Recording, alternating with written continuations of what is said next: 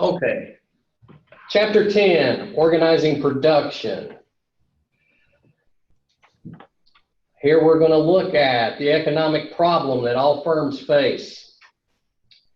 We're going to talk about the principal-agent problem, distinguishing between technological efficiency and economic efficiency, differences among market types, and explain why markets coordinate some economic activities and why firms coordinate the other. If you've had me in class before, if you watched any of my videos, I've asked one question, and I think I've probably repeated it in every class this term. What is the chief goal of an organization? Make profit. To what? Make profit. Maximize profit. Maximize profit. A firm's goal is to maximize profit. If the firm maximizes its profit, the firm is either, if the firm fails to maximize its profit, what's going to happen? Boom. Collapse. It's what? Collapse. It collapses. More specifically, the firm is either eliminated or taken over by a firm who is maximizing profit. How do we define an accounting profit?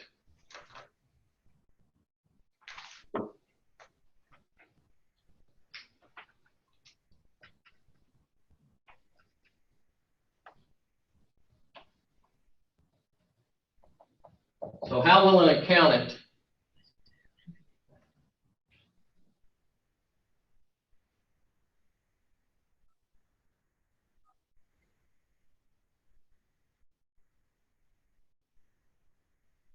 So they measure a firm's profit to ensure that the firm is paying the correct. Well, first let's define what do we define the accounting profit as?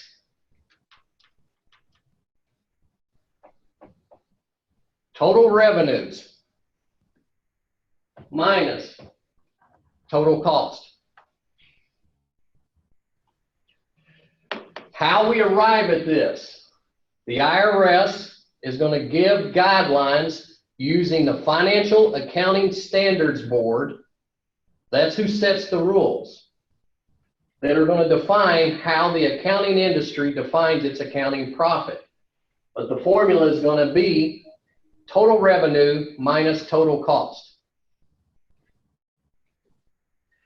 Now, as economists,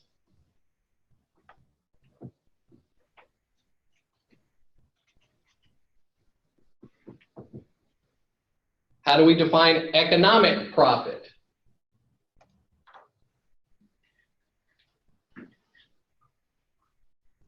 Total revenue minus total cost. Total revenue minus total cost. And then what is total cost going to include? The opportunity cost of production. The only difference is when an economist defines its economic profit, it's still going to say total revenue minus total cost. But within total cost, it's going to pick up and include what we're going to define as opportunity cost. A firm's opportunity cost of production is the value of the best alternative that it's giving up that those resources could acquire and use in production. We're going to say that the opportunity cost is the sum of three factors. First,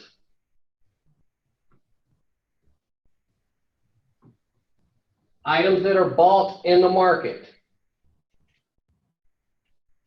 Two,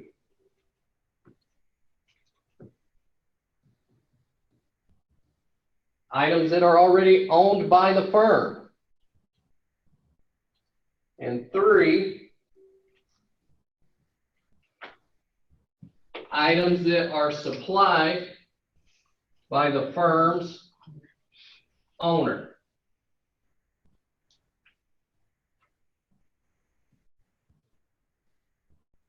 All right, items that are bought in the market.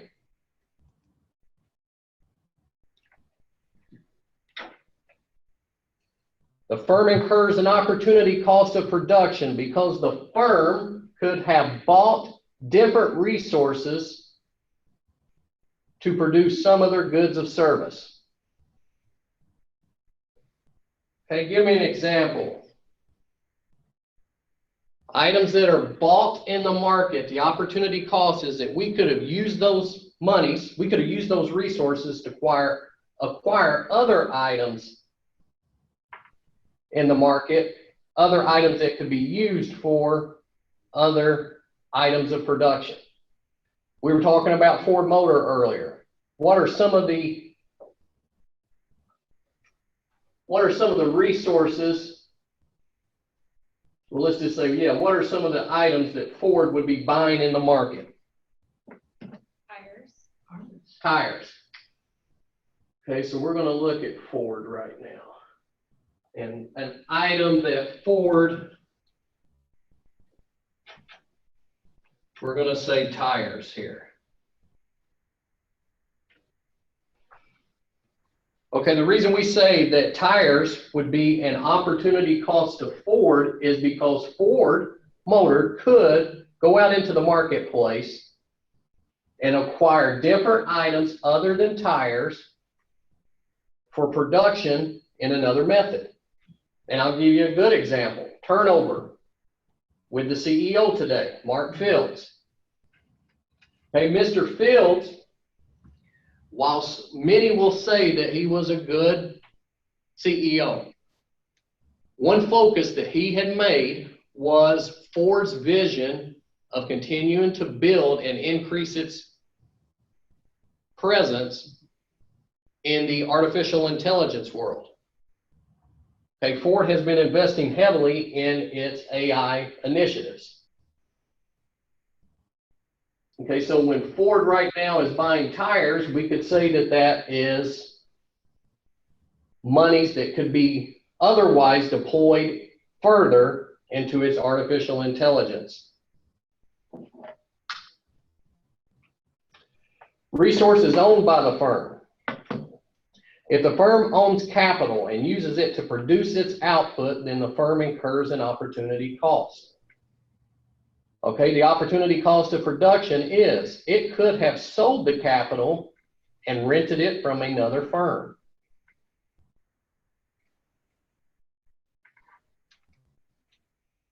Right now, for those of you who work in the service-based industry, do your employers own their existing office space?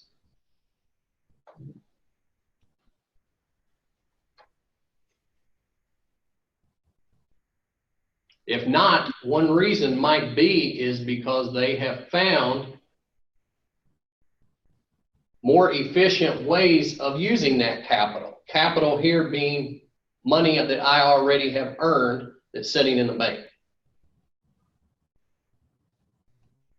Okay, if I already own it, I could be using that capital for another purpose.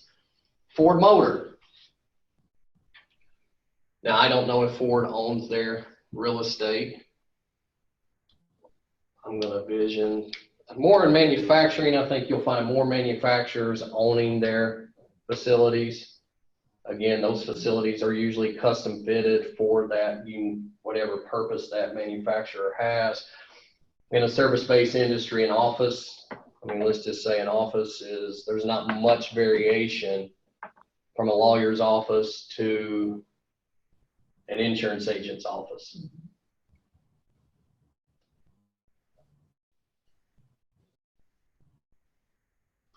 Item L, let's take this to Ford Motor and another initiative. What is something Ford already owns?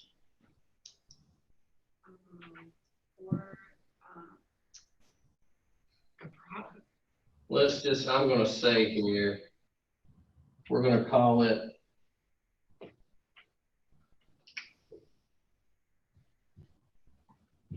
I'm gonna say robot. All right, because along the assembly lines, you see a lot of robotics.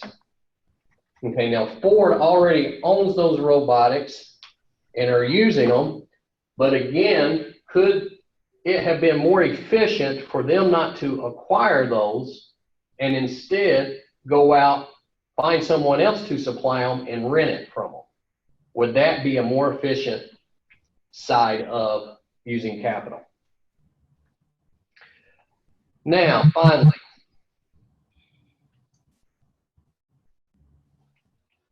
let's look at resources supplied by the firm's owner. All right, what are 2 resources that the firm might supply?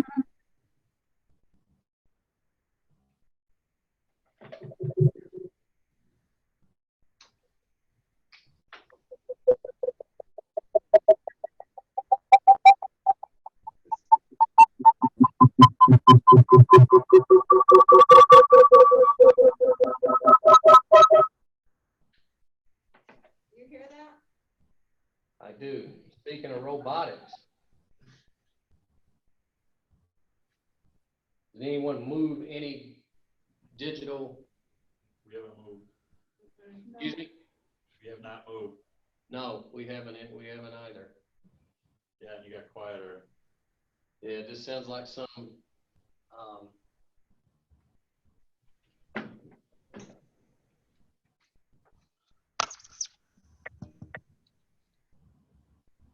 all right, so what are 2 resources that could be supplied by firms' owners?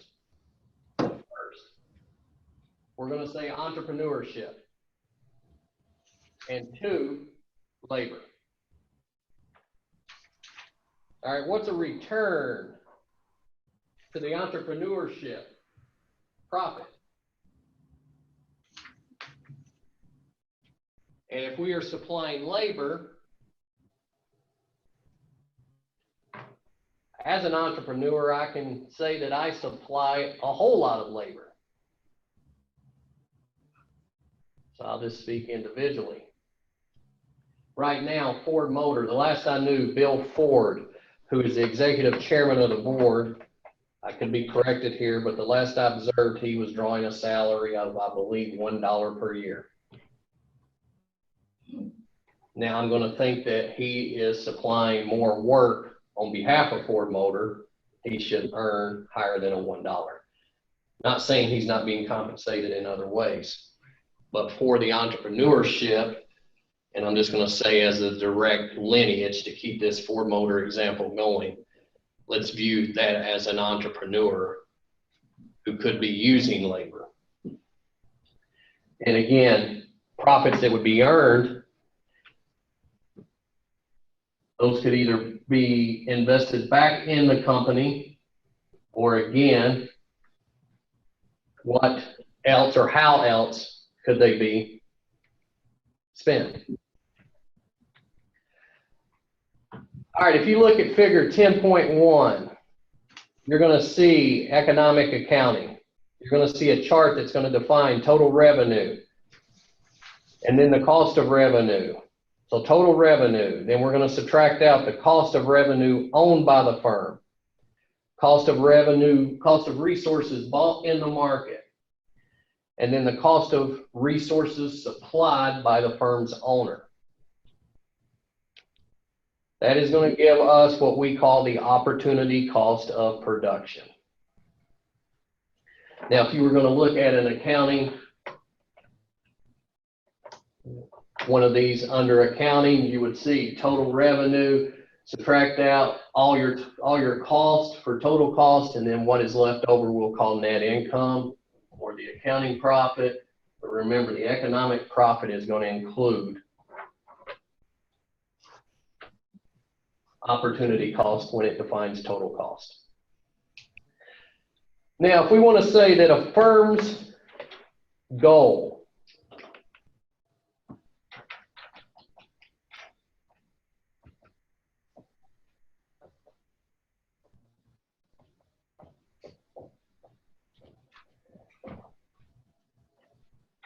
One of these things that I will continue to ask week after week. To maximize profit.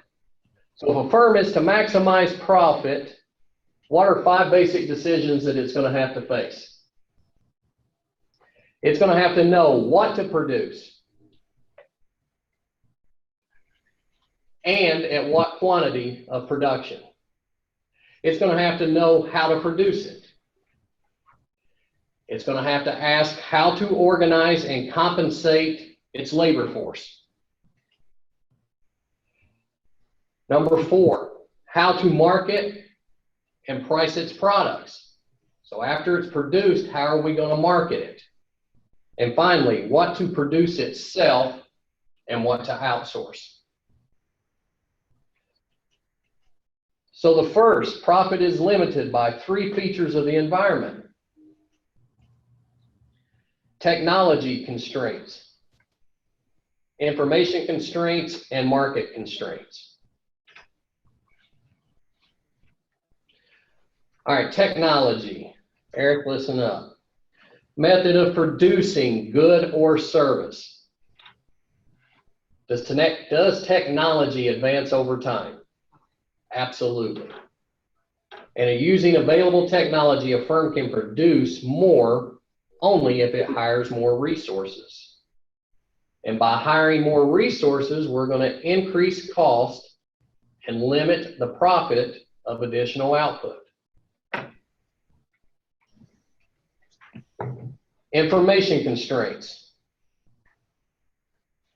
I remember years ago a mentor telling me information and how much of an emphasis he put on information. Information is key. I still hold true to this. But a firm never possesses complete information about either the present or the future. So there's some assumptions we're going to have to make. Firms are constrained by limited information about the quality and effort of its work. Current and future buying plans of customers and the plans of its competitors. So again, Ford Motor. You know, they've been successful in the last few years because as gasoline prices have kind of stayed in confinement, Americans have been buying more and more SUVs, pickup trucks. Ford has again continued to put an emphasis on these products. But who would know what 10, 12 years ago when fuel prices just skyrocketed? Locally here, we breached $5.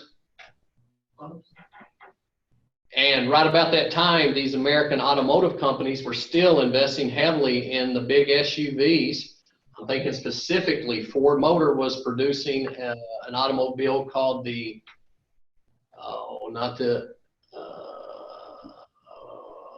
what was that big 10-cylinder? Excursion. So Ford was producing the Excursion, and right about the time they got in a size war with General Motors over who could claim fame to the largest SUV on the American road. And remember the marketing, that Excursion came out just a few inches longer than the Chevy Suburban. So Ford had that title. It was shortly thereafter, fuel prices shot up, demand for 10-cylinder SUVs plummeted. They no longer make the Ford Excursion. Consumer taste changed, and they changed fast. And finally, plans of its competitors. You know, Ford Motor right now, you know, I think the automotive company that's keeping, we'll say Ford and General Motors hopping right now is Tesla. Okay, and what are their current plans? I mean, we know what their plans are for this year, but where are they looking down the road? Because of a lot of uncertainties there, I mean, I think that's Ford's decision of why they were in the process right now, currently investing more into AI, artificial intelligence. Market constraints. What can a firm sell and what price can it obtain for selling that good? What constraints are going to set boundaries for that question?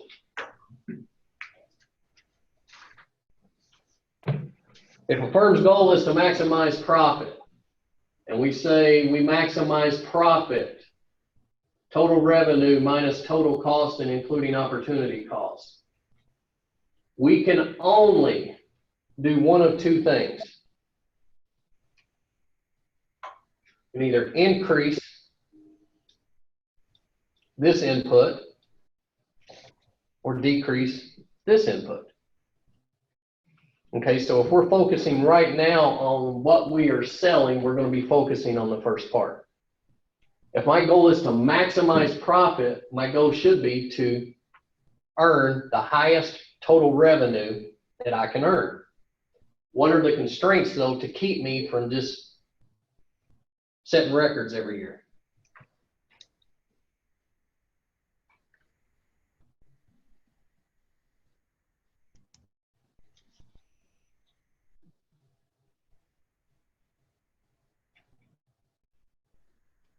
Before they earn that revenue, there's something that has to happen.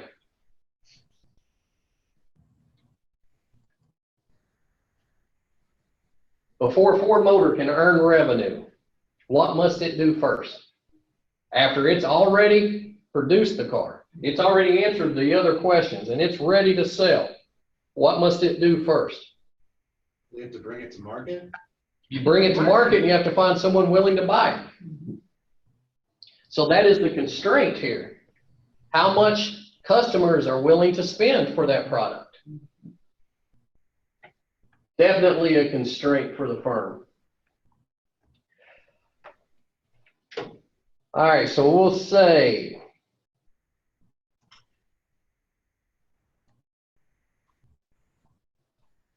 let's move into efficiency.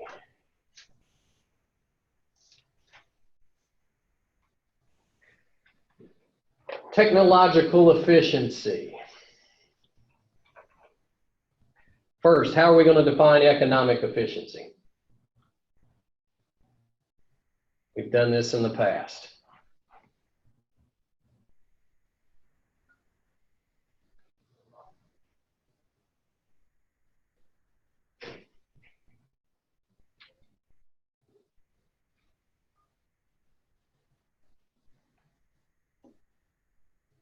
I'll remind you, you have access to these slides. So it's when a firm produces a certain amount for the least amount of cost.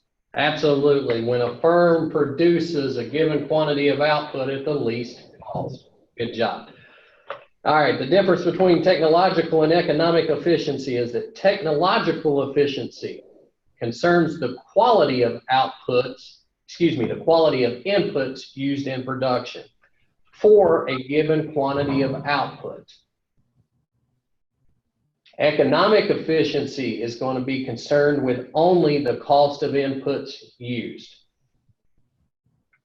So technological efficiency concerns the quality of inputs used in production for a given quantity of output. If you look at figure 10.3, we're going to be able to illustrate economic and technology efficient processes. So in figure 10.3, we see where a wage rate of $75 per day, capital rental rate of $250 per day. These are the cost of different ways of making 10 TVs a day. Method A. How many labor inputs are we including? One. One. And capital, 1,000 inputs. Now, the labor cost is going to be $75 per day, and the capital cost, $250 per day. So let's look at that. Using method A, we have a total cost of $250,075. Method B, we're using 10 inputs of labor and 10 inputs of capital for a total cost of $3,250. And again, C, method C, 1,000 inputs of labor and 1 input of capital. Total cost is $75,250. Which is the lowest? Method B. And again, that's going to define efficiency. I have a question regarding the inputs. Yes. Labor and capital, because in the 3 examples, they vary so much going through them. What would be an example of a capital input? Would that just be production facilities or something used in the production? Any type of capital input would be any input to production other than labor, since labor is shown to us here. But you get examples: assembly plants, tools, manufacturing equipment. Okay, thank you. Good question. All right. The idea behind that is just to show production at the least cost. Okay, let's go for a few more minutes here before we break. A firm organizes production by combining and coordinating 2 productive resources. Book's going to give us a command system and an incentive system. I want to recap this from earlier presentations. Someone define a command system. Uses a managerial hierarchy.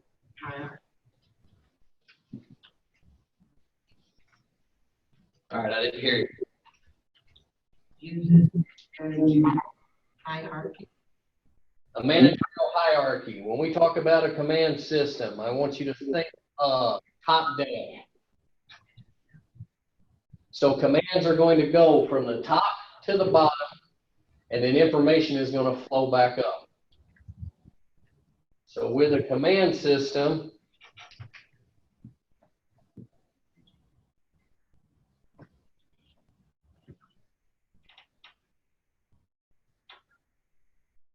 commands flow up, information passes back upward. I always like to use the United States military as an example of a command system. An incentive system. Method of organizing production that uses a market-like mechanism to induce workers to perform in ways that maximize the profit. So how can we induce our labor force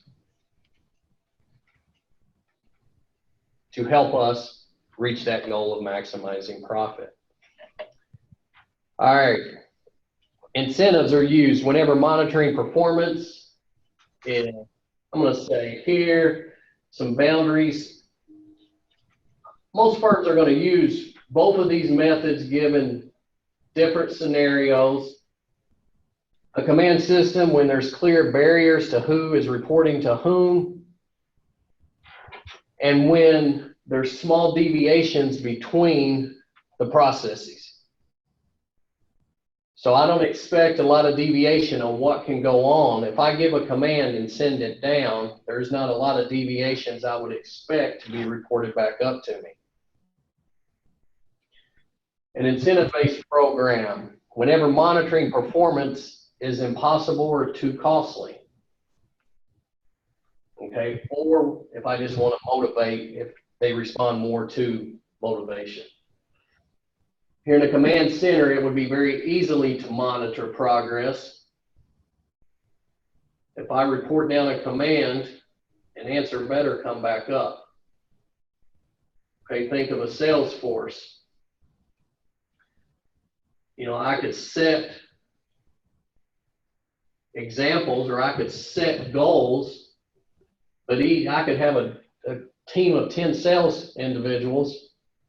Each salesperson is going to respond, and each salesperson is going to be capable of hitting a different number. Okay, they're going to be capable of reaching different goals based on their ability to sell. There can be wider variation between factors under an incentive program. The principal agent program. Who can answer this? Who can define it first?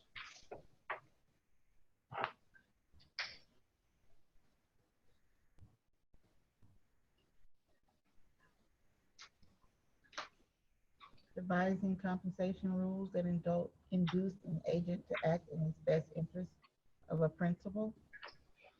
The problem of devising compensation rules that induce an agent to act in the best interest of a principal.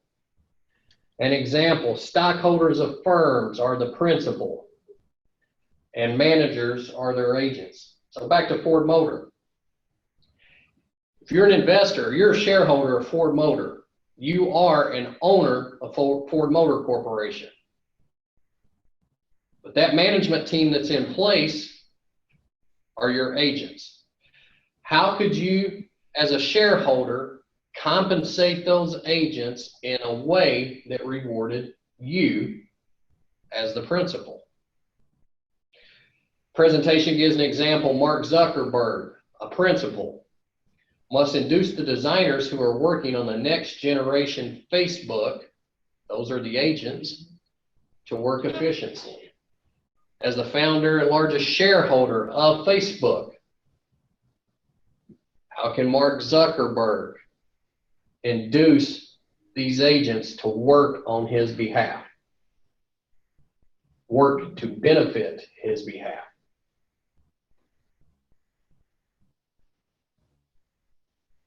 Now, the reason we call it a problem, if you're the principal and it's your capital at stake, you probably don't have to induce yourself to treat yourself the best that you can treat yourself.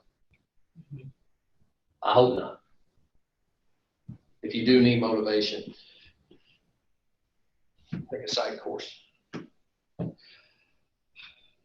But as agents, when we put individuals in place to achieve a goal and work toward a goal that's going to directly benefit me, we need to find ways that we can induce them to work efficiently.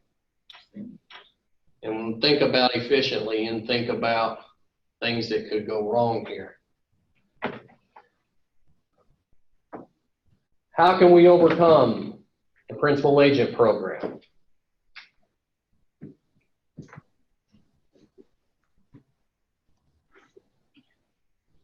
We can offer the agent's ownership.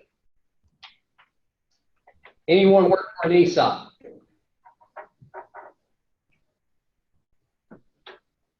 Company that would be defined under an ESOP, employee stock agreement. Okay. Some firms will create what's called an ESOP, and instead of making and define that as a retirement plan. So instead of giving individuals contributions into a 401k, they might adopt an ESOP, where at that point they're going to reward you with stock in the corporation that you're working for. They're giving you an ownership in the company. And you'll hear commercials from firms who tout the benefits that we are an employee-owned firm. Okay, if you ever hear someone talk about an employee-owned firm, this was one method that was used to overcome any principal agent problem.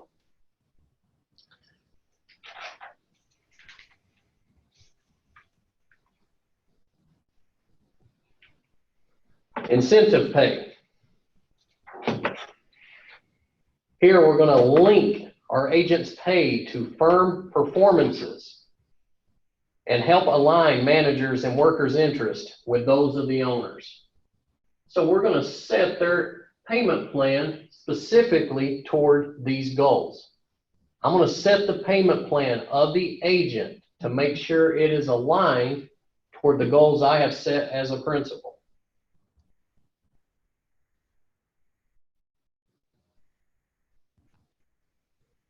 An example, you as the owner, you take and you're dependent on a 5% pass-through income of your controlled company, and I have an agent, so I have to set a sales goal that minus all of these costs is still capable of producing my 5% pass-through income. How could I may set an incentive plan. Let's say my 5% is 5,000. So I need to have 100,000 in sales. Okay, I may look at my manager, who is the agent in this example, and say, if we achieve 100,000 in sales, you receive this benefit or this compensation. I may build in some extra compensation for that agent so that if they hit their goal, I'm capable of getting what goal I have set.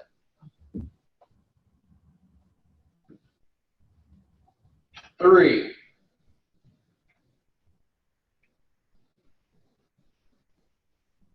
if you're a sports fan, listen up. I can offer long-term contracts. This arrangement encourages the agents to work in the best long-term interest of the principal. Reason I say sports agents, imagine what would happen if your favorite coach right now, okay, and I'm going to speak as a University of Kentucky fan, John Calipari right now, they put him on the moon. He's highly regarded right now because of things that he's accomplished at the university. Could you imagine, or let me just tell you what would happen if John Calipari did not win the SEC, or if John Calipari had a losing season? They would do more than burn couches in Lexington, Kentucky. And to my Lexington, Kentucky friends and family, if you're watching this video, know I'm smiling now, but it happens. All right, so we do know that in sports, as in the corporate world too, Mark Fields just displaced CEO of Ford today. How long had he been CEO? 3 years. He'd only been the CEO for 3 years. Stock did not reflect the type of expectations that were set by shareholders. And that was one of the largest supporting reasons of Mr. Fields and other executive members of the management team being put under review. Also, I highlight long-term because as a coach, as a manager, if I know that I'm judged on an annual basis to defend and keep my job, if I know at the end of the third quarter, I'm not going to reach that goal, what is some incentive that might trigger in my brain?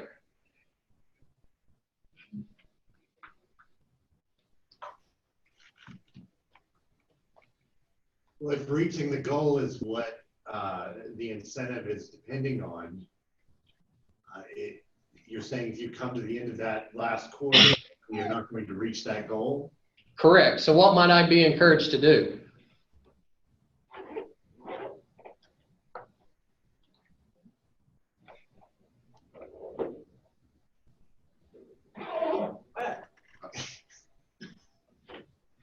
Well, let's talk about, let's quit mentioning real names here for right now so I don't get accused of picking on anyone. But there was a recent bank that received national attention for opening a number of accounts without the consent of its customers. Okay, the goal was set on these employees. That was part of their compensation plan, that they needed to open X number of accounts in all of these other products or all these other services. In order to hit those, they went ahead and started opening these accounts without the consent of customers. So when you set short-term contracts under that type of high pressure, you as an employee can create an incentive to either be dishonest or at least unethical.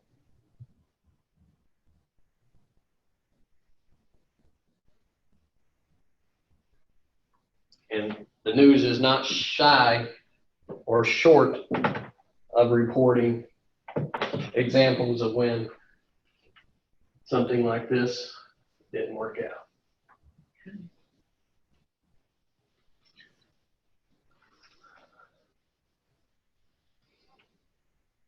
All right, 3 basic types of business organization. What are they? Ownership. What?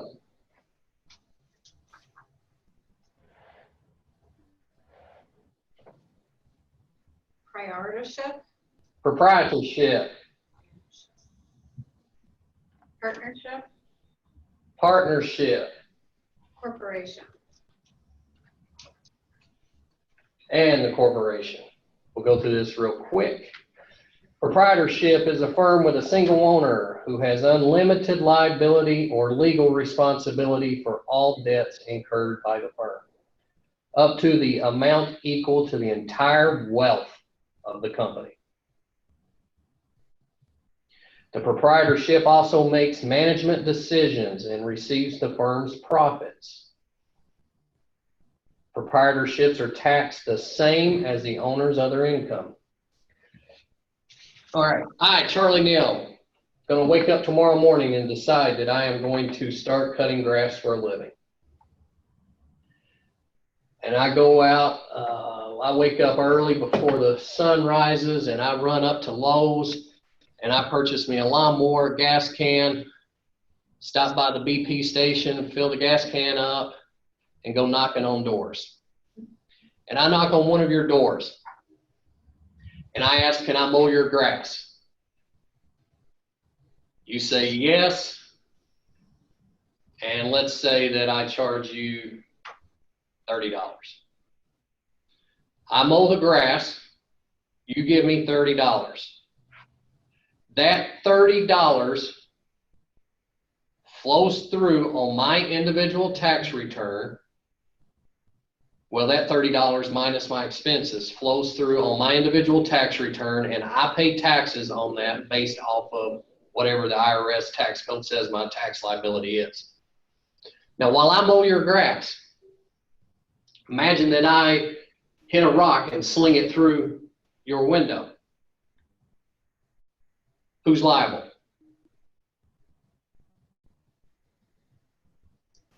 I believe you would be. I am liable. So you come to me and you say, Charlie, you owe me for this window. It's going to cost me $1,000 to replace it. Now, how much revenue have I taken in so far? I'm only taking in $30. So Charlie's grass cutting is not going to be able to pay back my liability. So you take me to court. Now, guess what? My other wealth comes into question here. So other monies and assets that I have, you're going to lay claim to those. And I'm going to have to pay you back if I'm deemed liable. Partnership. A firm with 2 or more owners who have unlimited liability. Partners must agree on a management structure and how to divide up profits.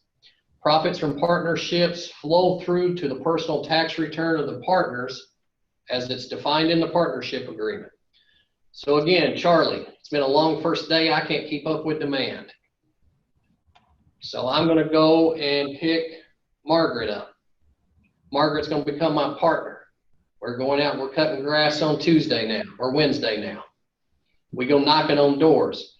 We find 2 more people to cut the grass. I charge 30, she charges 40. At the end of the day, we come together. We've got $70 in revenue. Now, before we formed that partnership up, she and I got together, we created what's called a partnership agreement.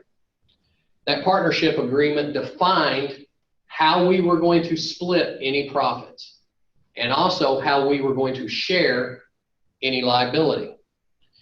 So now let's just say we are 50-50 partners. Profit off of our $70 is now $50.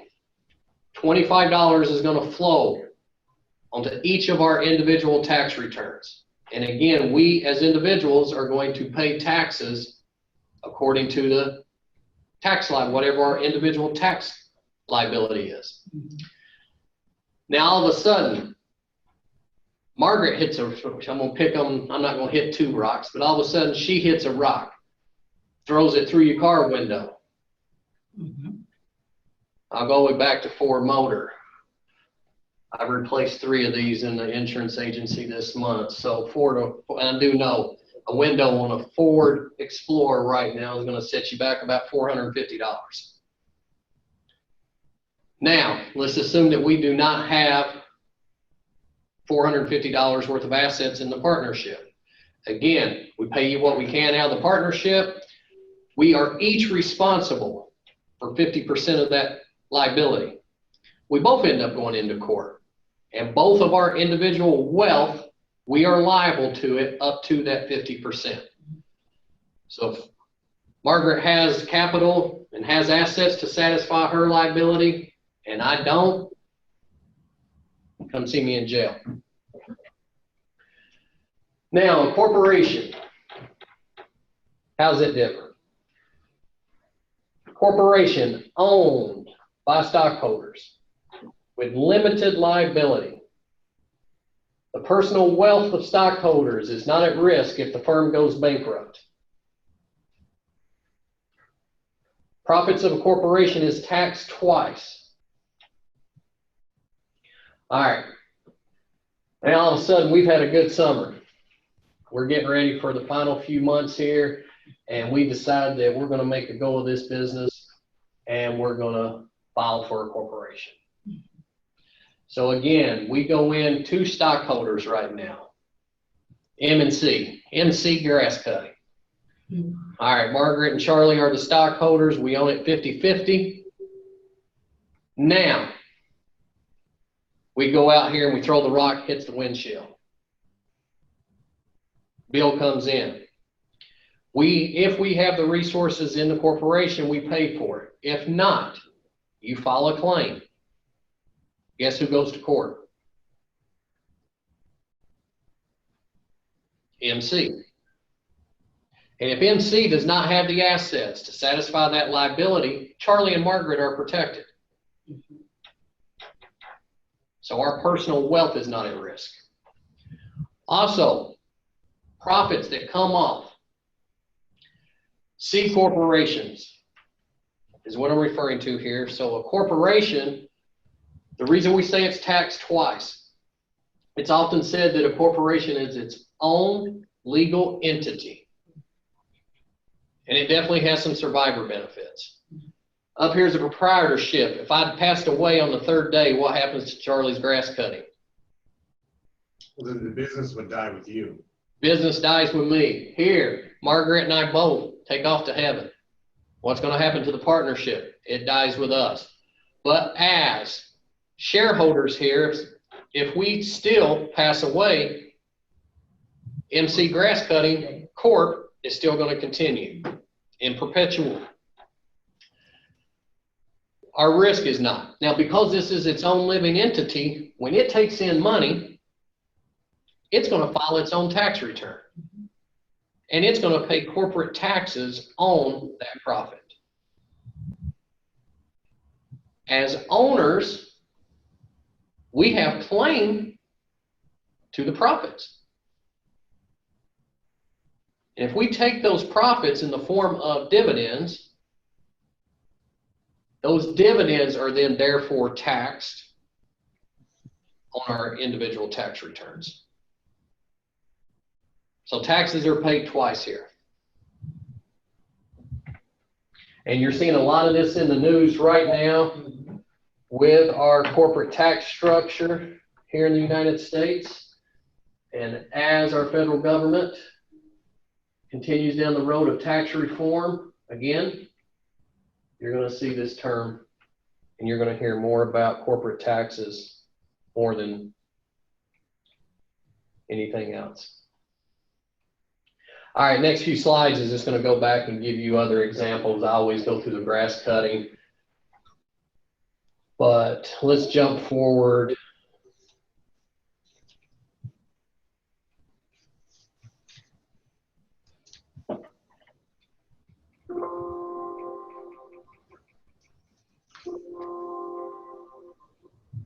Two more points to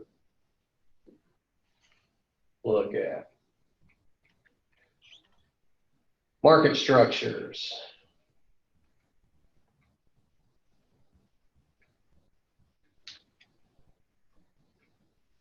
So I'm over on slide number 40.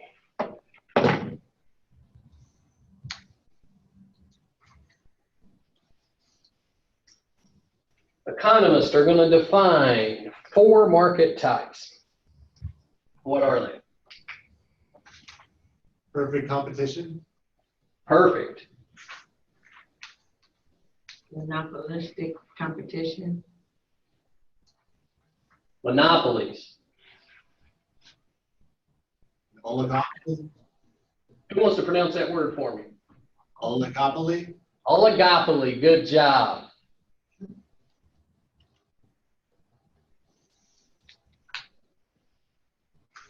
Monopolistic competition. Got ahead of myself. Perfect competition.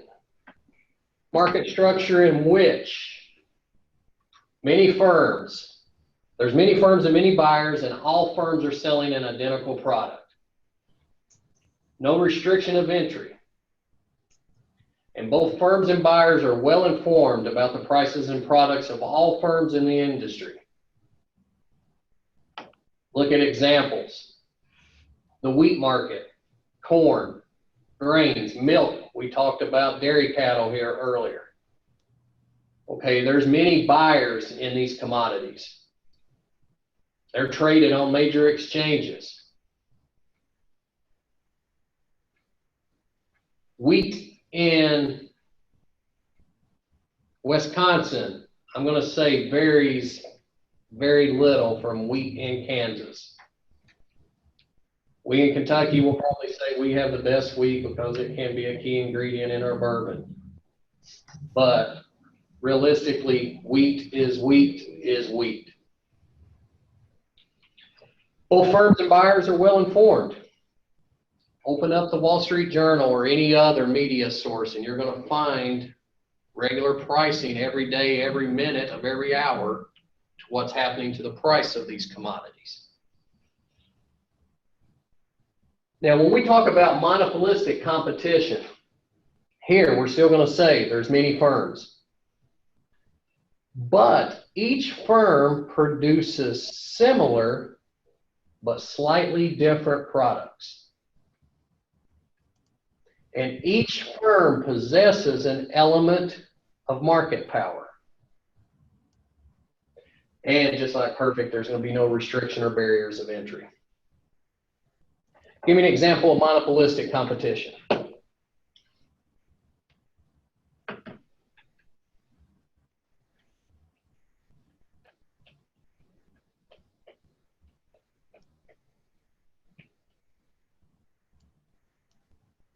It'd be like the cell phone industry or Cell phones, good job, good job. Cell phones, absolutely. Think about the cars you drove in. Think about the Pepsi Coke wars. Very similar products, but if you ask a Coca-Cola drinker if they want a Pepsi, they're probably going to go, Pepsi. No, they don't want Coke. Here in Ford country, we probably gonna frown if you try to sell us a General Motors product right now, unless you talk about a Corvette. Now those are made in Kentucky. But Ford versus GM, think of the car that you drove in.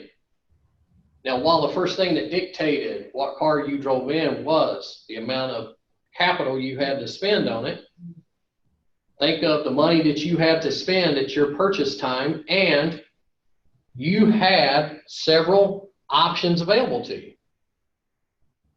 But what drove you to buy that car?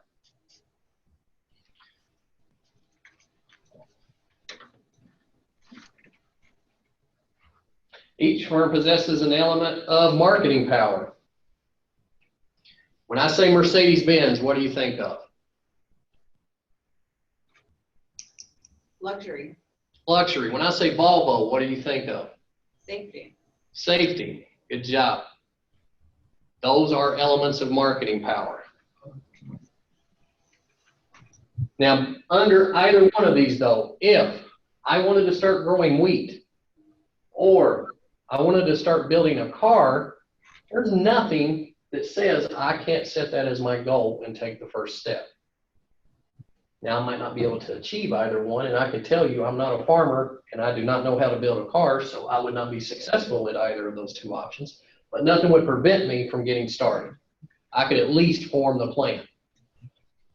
Oligopoly, a market structure in which a small number of firms compete.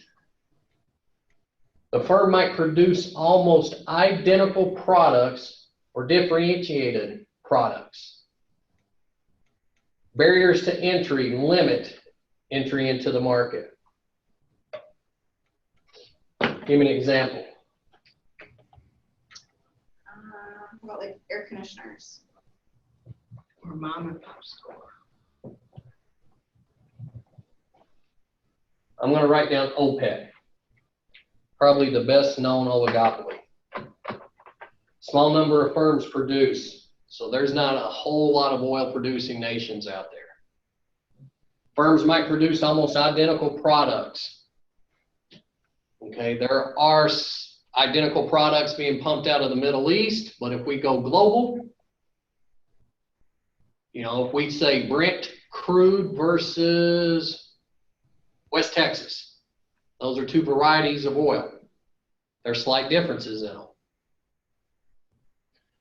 Barriers to entry limit into the market. Why don't we start drilling for oil here in Jeffersonville, Indiana?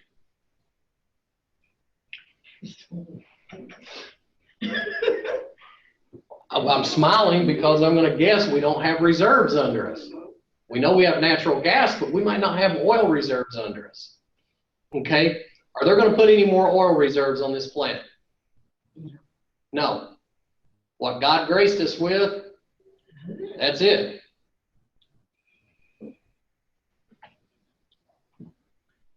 Now, monopoly.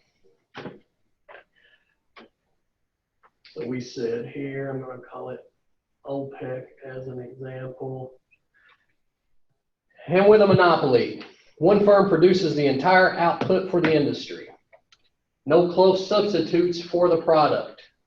And there are barriers to protect the firm from competition.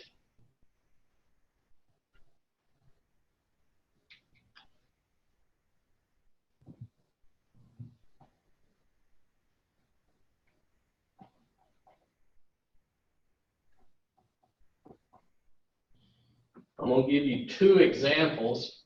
The most famous example of a monopoly that history has shown us has been a company called Standard Oil. All right, and if you go back and look that up, you're going to find that through the oil industry, but any United States oil company that you recognize right now is a product of Standard Oil.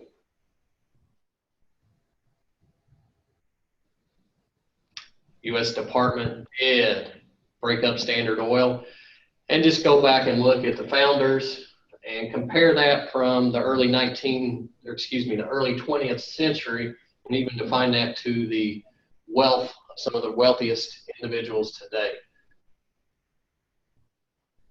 Controlled the entire oil industry and had the resources of its backer that at that time would not allow anyone else to come into competition. As soon as somebody was shown to have an oil reserve, he sent an agent out there that just wrote a check and bought it.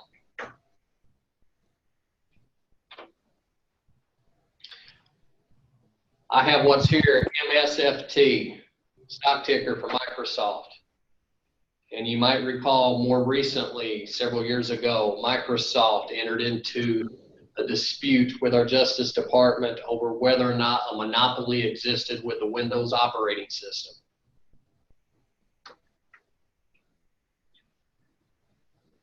And just think about every computer, now this is prior to Apple's rise, but most computers that you purchased, and this is prior to Chrome, but most computers that you purchased back, whether you bought a Gateway, an IBM, a Dell, Compaq, HP, I'm going back a few years here now, but all of those companies you bought, there could have been differing products from those computer companies, but you got the same operating system on all of them. Now I'm going to say perfectly legal, legal, but with oversight, illegal. And our government has very clear federal laws that are going to dictate and ward off any chance of monopolies. Well, as far as the monopoly comment, we also saw the same thing with Bell Communications back in the 80s, but it seems like we're starting to move back towards that direction with different firms snapping up those opportunities and consolidating those industries again. I'm so glad you asked that or answered that, because that's one question that I was getting ready to ask. First, I was going to show you ways that our government decides who is a monopoly or not. And I'll point you to one slide, and then I want you to repeat what you said. All right, the first method is that we can use what the book's going to define as the four-firm concentration method. The four-firm concentration method is the percentage of the total industry sales accounted for by the largest four firms in the industry. So they're going to look at the concentration of sales of the top four competitors and what is the ratio to that output compared to the industry output. Another method, we're just going to call it the HHI index, Herfindahl-Hirschman index. The square of percentage market shares. Now remember, when somebody wants to do a square, it's usually just to remain a positive output. But the square of percentage market share of each firm summed over the largest 50 firms. As the market as market concentration increases, the amount of competition decreases. And if you look at the HHI index in your text, there's a slide that's going to show you at what level do we start to say a monopoly is starting to take shape. It's going to show you specifically certain industries and what are the HHI outputs for each of those industries. What I'm sharing with you right now is courtesy of the United States Department of Justice. And they're going to give you an example. And I encourage you to refer here. The agencies generally consider markets. So I'm going to be right here. The agencies generally consider markets in which the HHI is between 1,500 and 25 points to be moderately concentrated, and consider markets in which the HHI is in excess of 2,500 points to be highly concentrated. HHI, any transaction that will increase HHI by more than 200 points in highly concentrated markets are presumed to likely to enhance market power. Okay, so this, when we talk about anti-justice, or we talk about the Department of Justice, I'm sorry, and we look like anti-competition methods, the HHI index is one in which our federal government implores to decide whether or not a monopoly exists. So if you want to know which one gets the most attention and actually practiced and used, we're going to say the HHI index.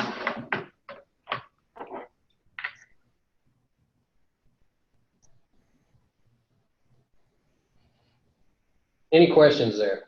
No, first off, what you just said here, was that you? Who said that? Brian, Brian, Mr. Ward. All right. My question was going to be to close this down. Tell me why. Is the U.S. right now, do we think the U.S. economy is competitive? well, there are areas like the communications industry that I think gain a lot of, certainly get a lot of coverage for their susceptibility to not being competitive markets. But if that's, you know, true or not, is to be determined by other officials, I guess. Think about something recently, a big merger involving something that probably would have affected at least half of us. What was a big merger that got blocked? Was it the Time Warner Comcast, or was it a Comcast merger? Well, Comcast, but I'm thinking right now healthcare. Okay, we're seeing some blocks within the healthcare industry. Specifically, who was it? Aetna? Aetna and Humana. Now, Humana headquartered here in Louisville, Kentucky. You know, you look at the concentration of the big four there, you think Aetna, Cigna, I'm actually probably rank them from top to bottom, United Healthcare, Anthem,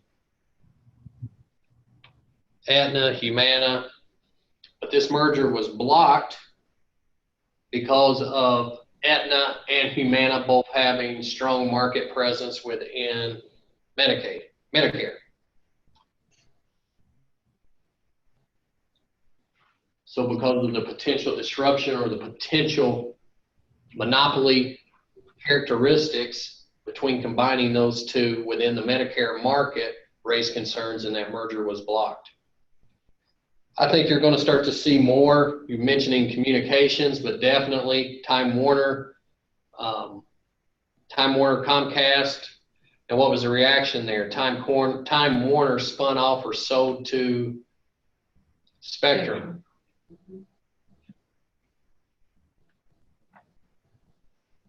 So yes, I think we've seen a lot of, as that industry, there's been a lot of consolidation within the media company and between, we'll say specifically the cable industry.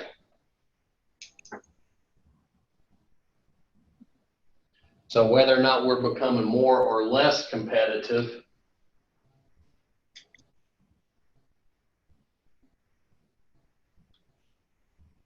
I think it's good that we have these laws, and I do encourage everyone to go back and at least, you can do a YouTube video and you're going to find a pretty good piece on Standard Oil. And go back and look at how much control that firm had. As long as we have these laws in place designed again to protect us, you know, everyone's goal should be maximize profit. And again, you can understand how we could easily maximize profit if we had no competition. And if we were the only supplier to the market, I imagine we would have no problem in maximizing. Well, if you have no competition, the only limitation is your target's ability to consume your product or service, correct? Absolutely. Now imagine that you produced a product that society was dependent upon. And now I go back to oil. Could even look at Microsoft and think of, I'll argue that society is dependent on computers, but I definitely know at the start of the 20th century, we were more and more dependent on oil.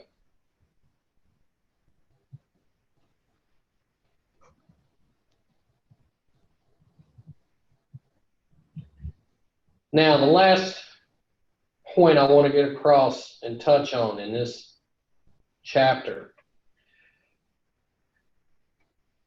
How do firms know what to produce and what to outsource? What determines, I'll ask you, what determines the things that firms decide to buy from other firms rather than produce themselves? I look at the ROI, return on investment, which is greater. All right, let me give you an example. iPhone. Does Apple produce this? Their names on it. That's not what I asked. Well, I believe their processing capabilities are produced by Foxconn, which is an outsourced company in South China. Their name is on it. They market it and they sell it. They don't manufacture it. Look in your textbook, you're going to see about 25 to 30 companies who manufacture this. Now, rather than manufacture it themselves, why would they spread and outsource production to all these other companies? Cheaper. Cheaper. They want to produce it at the lowest cost. Again, back to this equation. In order to maximize profit, I said you could either increase revenues or decrease total cost. One way to decrease total cost is to manufacture at the lowest cost possible. All right, so firms hire labor, land, and capital by using either items they produce themselves or what is outsourced.